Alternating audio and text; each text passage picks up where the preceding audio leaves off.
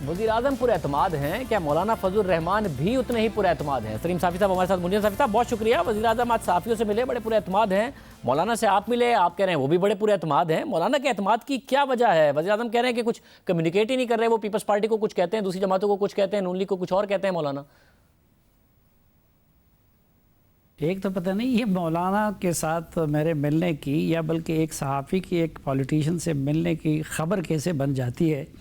میں تو آج ہی کے دن چودھری شجاعت حسین صاحب سے بھی ملا تھا اور آج ہی کے دن صادق سنجرانی صاحب سے بھی ملا تھا، 2-3 گھنٹے ان کے ساتھ بھی گپ شپ ہوئی، لنچ بھی ان کے ساتھ کیا۔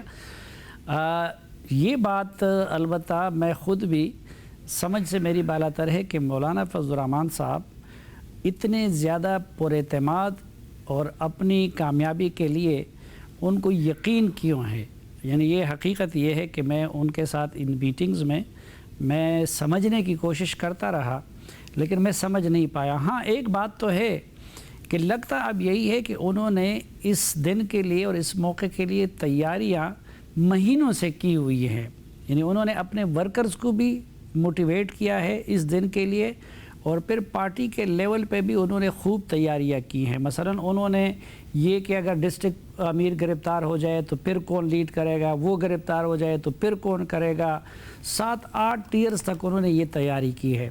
اسی طرح اگر اسلام آباد آنے دیتے ہیں تو اس صورت میں بھی ان کی تیاری ہے اور اس سے زیادہ تیاری انہوں نے ڈسٹرکٹ لیول پہ اگر ان کو روکا جاتا ہے تو اس کے لیے کی ہے کہ اس صورت میں پھر وہ پورے ملک کو کس طرح بند کریں گے۔ لیکن حقیقت یہ ہے کہ میں ان کی پر اعتمادی کی ایک تو مگر جو اعتماد اس بات کا ہے کہ انہیں پروجیکشن بہت مل رہی ہے، اس بات کا ہے کہ وہ حکومت کو گرا دیں گے، کس بات کا ہے؟ نہیں یعنی دیکھیں ہم تو ان لوگوں میں کہ ہماری خلوت اور جلوت کی باتیں ایک ہوتی ہیں۔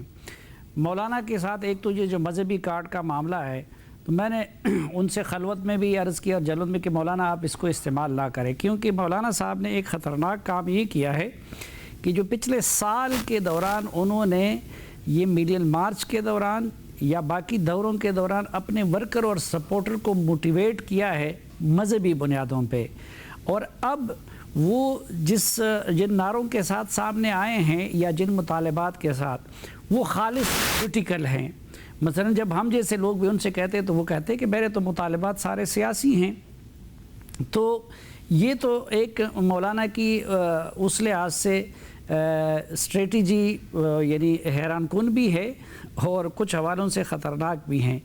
لیکن مولانا سے ہم بھی یہ کہتے ہیں کہ مثلا دھرنوں کے حق میں تو ہم بھی نہیں ہیں، یا اسلام آباد کے لاک ڈاؤن کے حق میں بھی یہ نہیں ہیں، یا اس طرح کی باتیں بھی ہوئی کہ مولانا صاحب کو مثلا ہم نے اس بات پہ ڈرانے کی بھی کوشش کی کہ مولانا صاحب ایک تو یہ ہے کہ لاک ڈاؤن اور دھرنے جیسی چیزوں کی کوئی بھی جمہوریت پسند حمایت نہیں کر سکتا، اور اگر آپ ناکام ہوئے تو پھر اس صورت میں تو یہ آپ کے لیے بھی اور جمہوری قوتوں کے لیے بھی بہت ناقابل تلافی نقصان ہوگا، پھر تو کوئی اٹھ ہی نہیں سکے گا۔